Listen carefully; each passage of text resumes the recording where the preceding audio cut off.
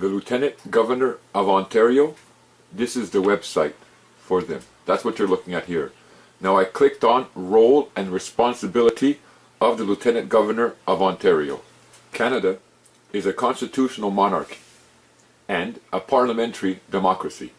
This means that while the Queen is Canada's head of state, represented in Ontario by the Lieutenant Governor, the Premier is the provincial head of government. In our system of government, two roles are distinct. The head of state holds supreme constitutional power on behalf of the people and lends it to be exercised by the government of the day.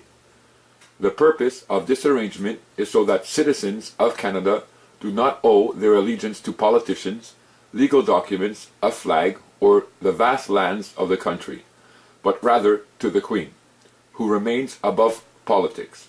In pledging allegiance to the Queen, an actual human being, who is no better or worse than anybody else, one pledges allegiance to all Canadians. It clearly identifies the Queen as being the head of the state, and it states that this head of the state, who is Queen, is the supreme power, the supreme constitutional power of this land. It goes on to say that this head of state and this power is lent. It's lent to the government of the day. Now meaning the Conservative Party, because they are the ones who are ruling. They've won the election that just passed. So this executive power is being lent to the government of the day, the Conservative Party. So we clearly see who is the ruling party, who is the head of Canada, the Queen. This is on the Lieutenant Governor's website. Oath of Allegiance. I do swear that I will be faithful and bear true allegiance to Her Majesty Queen Elizabeth II, Queen of Canada, her heirs and successors. So help me God. This is the oath of allegiance that they are saying that is what we say as Canadian citizens. However, when you look into the real Oath or Citizenship Act, this is what you find.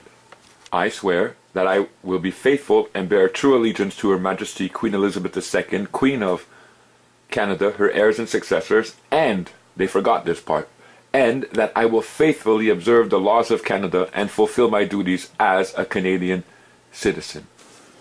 When you check on the Lieutenant Governor's website in Ontario, you check the Oath of Allegiance, you see that a part of that oath is missing. The part that describes the fact that we have given our will to obey the laws of Canada is missing. Geez, I wonder why that is. Now, on that Lieutenant Governor's website, he states this, or they state this. When we pledge allegiance to the Queen, who is, now watch, an actual human being. So they're declaring and they're bringing forth that who you are pledging allegiance to is really an actual human being. It's not a fiction, it's not a legal corporation, it's an actual human being. And then it says, who is not no better or worse than anybody else. This is how they qualify her. They say that when we pledge allegiance to the Queen, an actual human being, that this human being is not better or worse than anybody else. Well, hang on a second here. I can't just go and make up laws and write, if you will say, an enactment, give it force of law, and then say everybody here who is in Canada is obligated to follow my enactments, to follow my rules and regulations. If you are going to contend and place on your website that this Queen, who is the head of state, as a human being, is no better or worse than anybody else, then you're lying. Because you've placed her, or she's placed in a position of executive power, head of state, and is the one who has the ruling authority over her subjects. When we pledge allegiance to the Queen, we become her servant. And therefore, she is better. She is better than everybody else. She's classed higher than all of us. She is the ruling one, and we are her subjects and servants. So this is full of garbage. And then they go on to say that when one pledges allegiance to the Queen, one pledges allegiance to all Canadians. This is ridiculous, twisted things that they are writing, because they're fearful now because all this is being exposed. So they don't know what to do. So they write that little garbage here. They try and give you an explanation that makes no sense, claiming that the Queen is a human being, but she's not better than any of us. She's sitting in the same classification as all of us. Yet when we look into the laws, into the enactments, into the regulations, the laws are given royal assent by the Queen.